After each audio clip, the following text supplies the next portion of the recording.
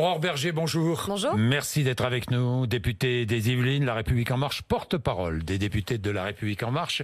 Grève à la RATP. Vous circulez comment ce matin? Vous vous débrouillez Alors, je suis partie très tôt de l'Assemblée nationale et j'avoue que je suis partie en voiture pour venir pour être sûr d'être à l'heure. Oui. Vous n'avez pas de voiture de fonction? Non, je n'ai pas de voiture de fonction. Ça m'a amusé, Sibeth Ender, qui nous dit moi, je vais utiliser ma voiture de fonction et je serai de tout cœur avec tous les franciliens qui vont galérer dans les couloirs du métro. Un peu maladroit. C'est sûr que malheureusement, ça va être très compliqué pour les franciliens, on le sait. Un peu maladroit quand même. Enfin bon. En tout cas, ce qui compte, c'est qu'on avance sur cette réforme qui est essentielle. Bon. Alors, je vais vous en parler de cette réforme. Mais auparavant, je voudrais vous parler de la RATP. On est bien d'accord. La RATP qui doit assurer au moins 50% du service aux heures de pointe. C'est ce qu'on nous dit. En fait, il n'y a pas de service minimum, pas de service garanti, ça n'existe pas. De fait, il faut peut-être revoir la loi pour que ce soit possible, parce qu'on se rend bien compte que le service garanti qui a été voté en 2007, qui est une bonne chose, qui était une avancée importante, à partir du moment où vous avez un niveau de grève particulièrement élevé, et là on le voit aujourd'hui avec 10 lignes de métro à Paris qui sont complètement à l'arrêt, vous n'avez pas la capacité d'assurer ce service. Alors j'ai vu qu'ils avaient mis en place quand même un certain nombre de systèmes D, on peut dire ça comme ça. Mais ça n'est pas suffisant pour des gens qui doivent aller travailler. Donc il y en a qui peuvent faire du télétravail parce que c'est possible au regard de leurs emplois. Et il y en a qui ont besoin d'être physiquement présents. Et pour eux, ça va être une journée cauchemardesque. Et je pense qu'il va falloir peut-être revoir la loi en la matière. Oui, alors je vais vous en parler parce qu'il y a un contrat quand même aujourd'hui entre la RATP et la région Île-de-France. Le service mobilité de la région Île-de-France. Il y a un contrat et la région a raison, peut-être, a-t-elle raison de ne pas payer la journée d'aujourd'hui? Mais moi, ça me paraît normal. C'est-à-dire qu'il y a un service qui est dû à des usagers, que la région, en effet, contractualise, que ce sont plusieurs millions d'euros par jour, du coup, qui sont investis. Entre 5 et 7 millions d'euros. C'est légitime. C'est-à-dire les franciliens payent. Ils payent, en l'occurrence, à un pass Navigo. Les employeurs, d'ailleurs, participent à le rembourser à 50%. Donc, à partir du moment où le service n'est pas garanti alors qu'il devrait l'être, eh bien, à la fois, il y a quelque chose qu'on devrait faire au niveau de la loi, peut-être pour renforcer les choses, et il me paraît légitime, en effet, que la région Île-de-France considère qu'elle n'a pas à payer la totalité pour une journée. Faut-il rembourser les usagers? Les usagers, oui, je pense que si on peut faire une quote-part qui permette de rembourser une journée où les usagers n'ont pas pu bénéficier des transports en commun, oui, ça me paraît légitime. Bon, alors la loi, justement, faut-il restreindre le droit constitutionnel de faire grève pour permettre la réquisition du personnel dans les transports public? Je pense qu'il y a peut-être plusieurs options. Il y a celle-ci que vous énoncez qui est quand même assez rude. Comment rude?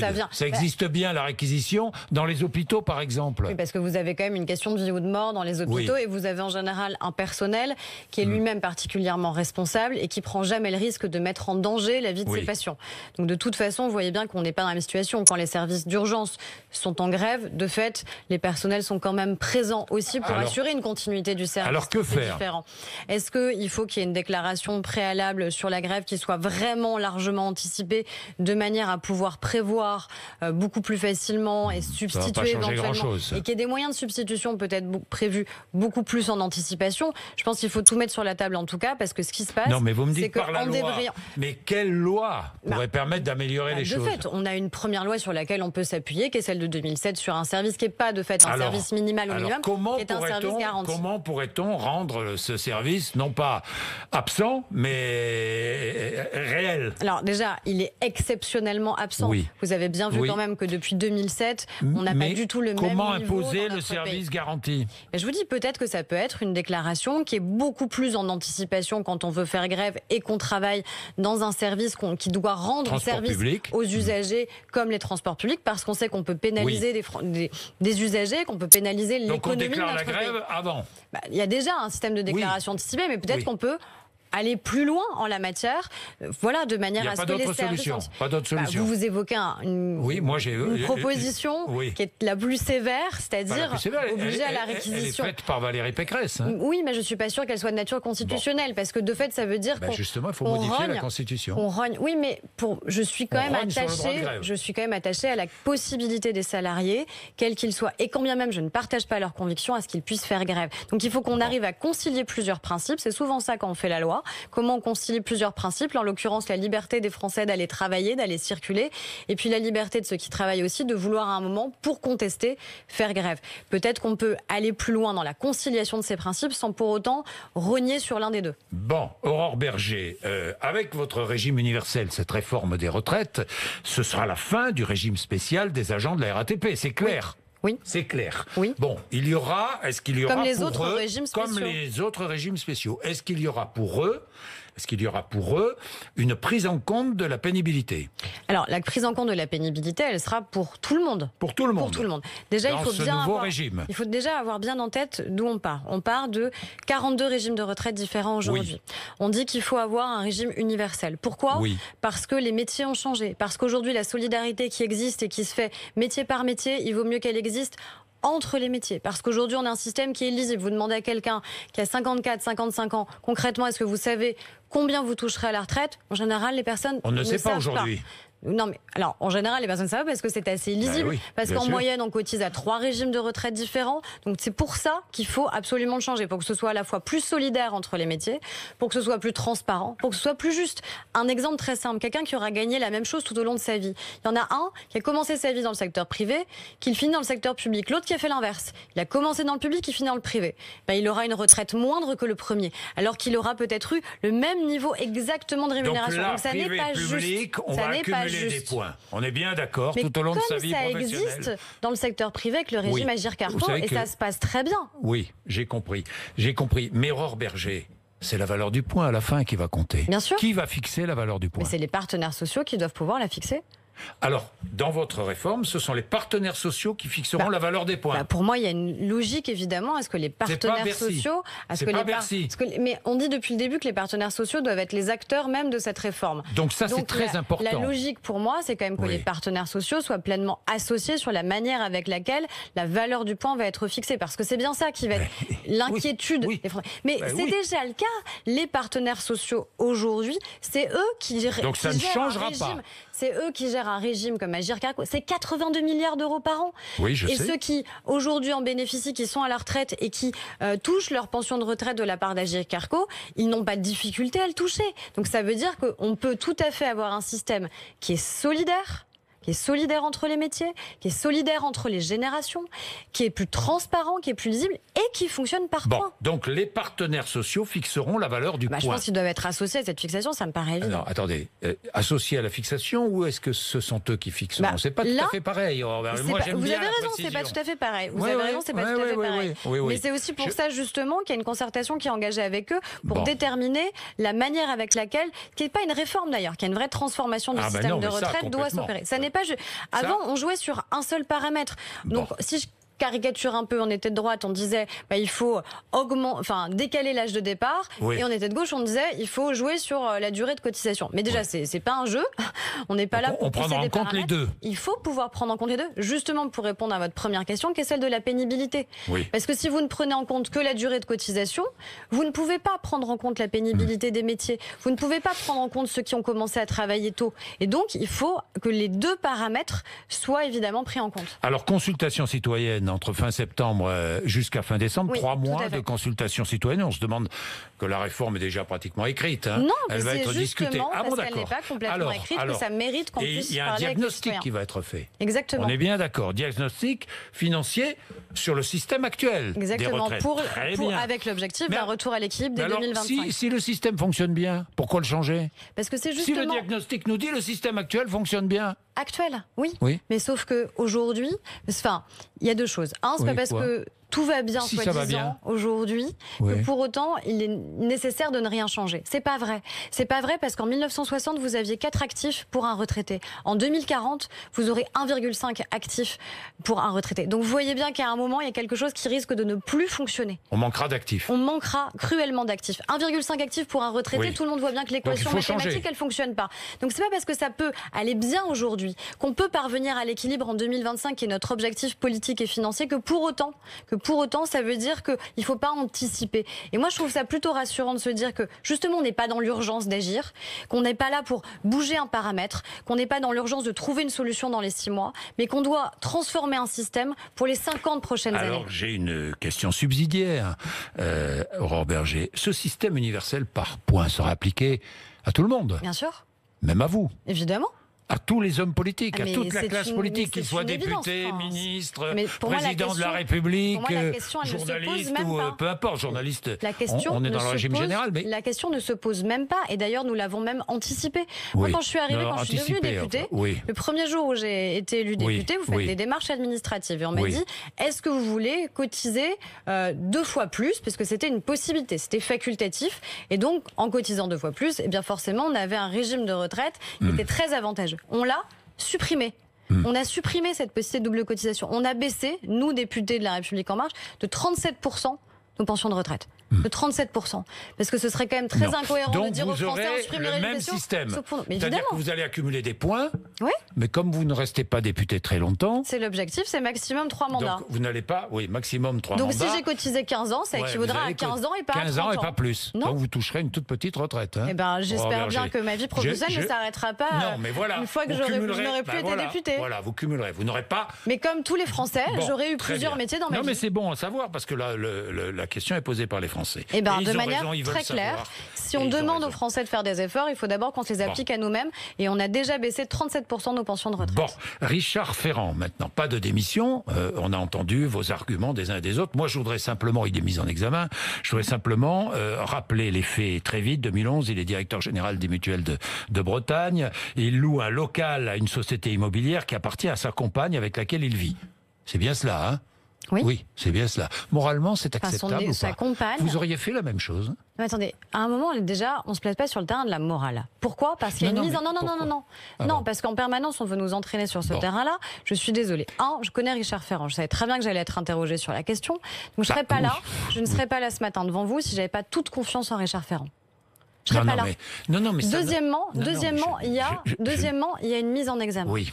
Une mise en examen, que ce soit pour Richard Ferrand, Jean-Jacques Bourdin, Aurore Berger, n'importe qui. Ça n'a jamais été une présomption de culpabilité, c'est une présomption d'innocence. On est d'accord. Si on change ça, si on change la nature de cela, alors, je suis désolée, mais notre système de justice, il ne fonctionne plus pour quelque justiciable que ce soit.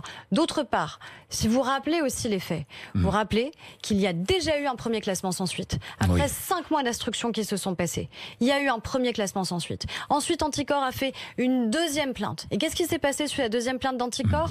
On a dû dépayser l'affaire. Pourquoi? Parce qu'il y avait un conflit d'intérêts qui concernait Anticor.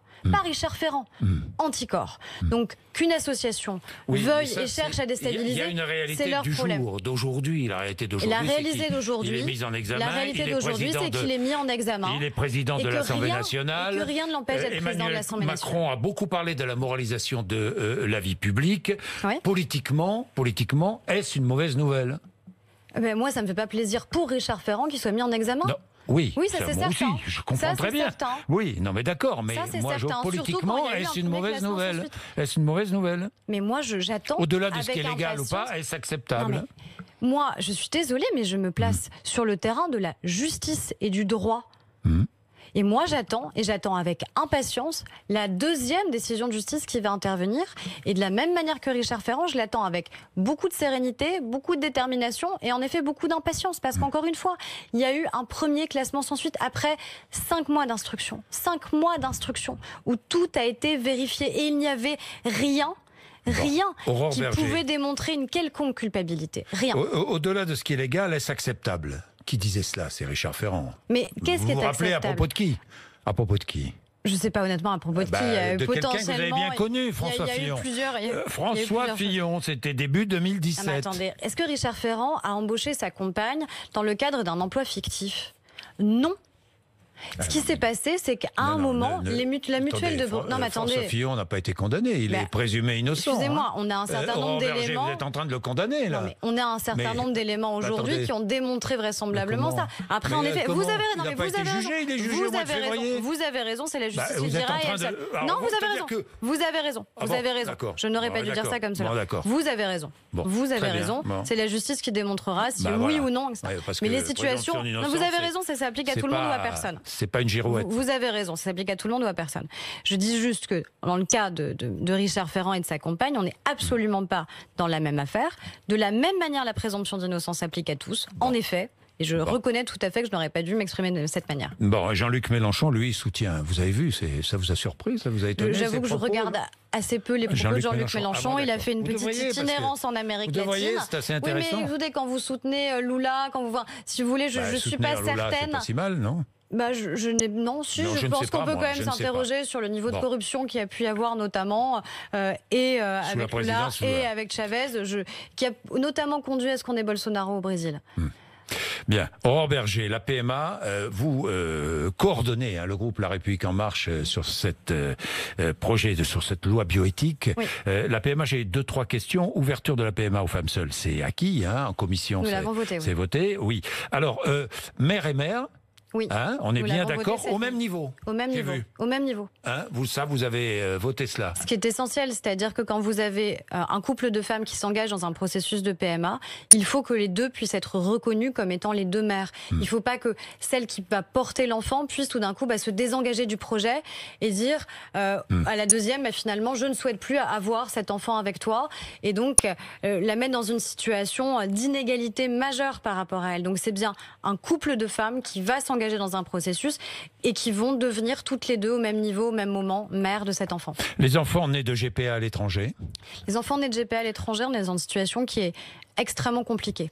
Moi, à titre personnel, je suis heurtée par le fait d'aller faire une GPA à l'étranger. Je n'aime pas le terme de GPA éthique parce que pour moi, il n'y a pas de GPA qui puisse être éthique. Mais ces enfants... Mais on a ces enfants qui sont là. Oui, alors? Et donc, les enfants, ils n'ont pas à être responsables des choix qui ont été faits par leurs parents. Donc, ce qu'on va faire, la garde des Sceaux va faire, c'est une circulaire qui va bien venir repréciser les choses.